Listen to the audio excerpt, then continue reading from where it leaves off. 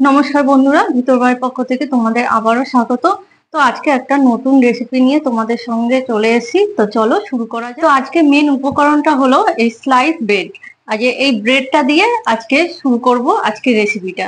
তো আজকে এখানে 6 পিস ব্রেড নিয়েছি।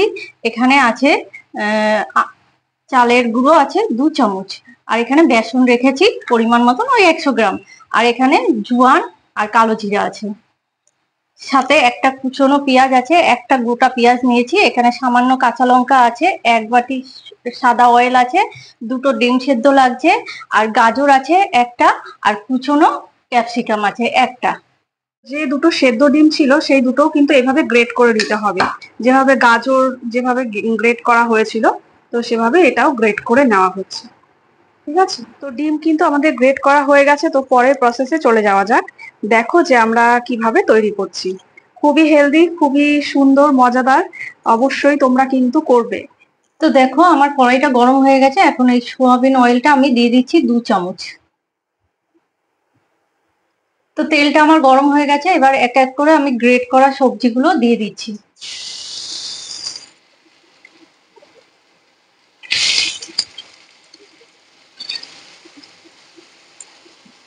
অল্প করে ভেজে নিতে হবে এই সবজিগুলো, বেশি না ভাজলেও কোনো সমস্যা নেই।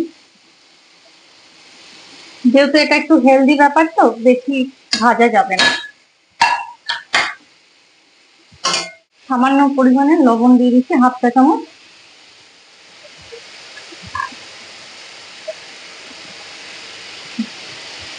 তো দেখো আমার পুরটা কিন্তু তৈরি হয়ে গেছে।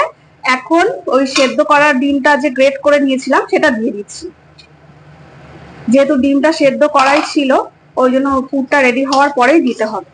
দিয়ে বেশিক্ষণ রাখা যাবে না, নাড়িয়ে চাড়িয়ে নামিয়ে নিতে হবে।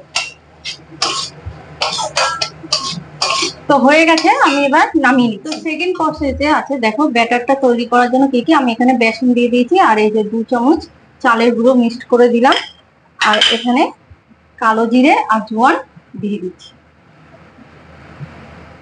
সামান্য পরিমাণে লবণ আর একটু হলুদ কালার জন্য।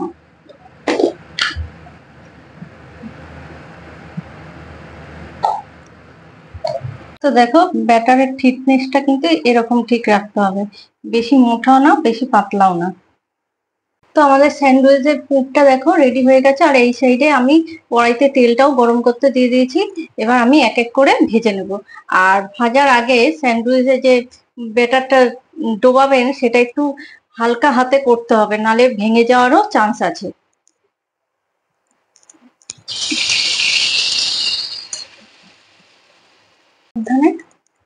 খুব সাবধানে কিন্তু একদম তেলের মাঝখানটায় দিয়ে দিতে হবে, দিয়ে একটু গোল্ডেন ব্রাউন করে কিন্তু ভেজে নিতে হবে।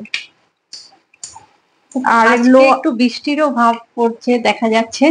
তো আজকে বাচ্চারা সত্যি অসাধারণ, এই খাবারটা পেয়ে খুবই খুশি হবে। তো বন্ধুরা তোমরাও কিন্তু বাড়িতে এরকম ভাবে ট্রাই করবে, এটা আমাদের রিকোয়েস্ট রইলো। বন্ধুরা দেখো এইভাবে পুরো লাল লাল একটা পাপড় হয়ে গেছে। আমি এবার এগুলো এক এক করে তুলে নিচ্ছি। এটা সুন্দর একটা গোল্ডেন গোল্ডেন কালার এসছে, দেখতেই পাচ্ছ তোমরা। তো বন্ধুরা দেখো আমাদের কিন্তু সুস্বাদু যে স্যান্ডউইচটা বানানো সেটা কিন্তু হয়ে গেছে। আর তোমরাও এটা তৈরি করে ফিডব্যাক দেবে অবশ্যই। আবার কোনো একটা ভিডিওতে তোমাদের সাথে দেখা হবে। ততক্ষণ সুস্থ থাকবে, ভালো থাকবে, টাটা।